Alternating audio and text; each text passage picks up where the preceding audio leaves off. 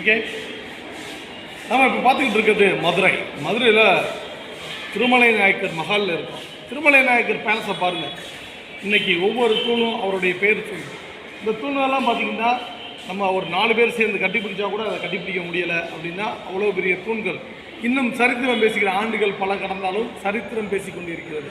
அப்படிப்பட்ட ஆட்சியாளர்கள் இருந்த மண்ணில் இன்று அயோக்கியர்கள் தான் ஆட்சியாளர்களாக தேர்வு செய்யப்படுகிறார்கள். காரணம் என்ன? எத்தனையோ நல்ல திட்டங்களை செய்துவிட்டு ஓட்டு கேட்டு வந்தாலும் அவர்களுக்கு முன்னுரிமை கொடுக்காத மக்கள் கேவலம் 29 பைசாவுக்கு நம்ம தர்மம் போட்டால் கூட ₹1 மேலே ₹1 வாங்க மறுக்கக்கூடிய இந்த காலத்தில் நம்மளை ஜனநாயக படுகொலை செய்வதற்காக அவங்க கொடுக்கக்கூடிய ரூபா வெறும் 29 பைசா. ₹500 கொடுக்குறாங்க. 1825 நாட்கள்.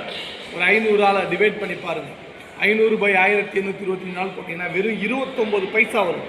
இந்த 29 பைசாவுக்கு ஒரு ஜனநாயக படுகொலையை செய்கிறதுக்கு தாண்டு மக்களை அந்த 29 பைசாவை வாங்க வைக்கிறதுக்கு எப்படி எனக்குடுன்னு கேட்க வச்சுட்ட அயோக்கியர்கள் இன்றைக்கு ஆட்சிக்கு வர்றதுக்காக என்ன செய்கிறாங்க? அந்த 29 பைசாவை நமக்கு கொடுக்குறாங்க. அப்படி 29 பைசாவை கொடுத்தவங்கள்ட்ட இது மாதிரி சரித்திரங்களை நீங்கள் எதிர்பார்க்க முடியுமா? இது மாதிரி சரித்திரங்களை உங்களால் எதிர்பார்க்க முடியுமா? போடக்கூடிய ரோடே நல்லா இல்லை. போட்ட ரோடு ஓட்டையாக இருக்குது, தண்ணி தேங்குது, மீண்டும் போட்டுக்கிட்டே இருக்காங்க. ஏன்?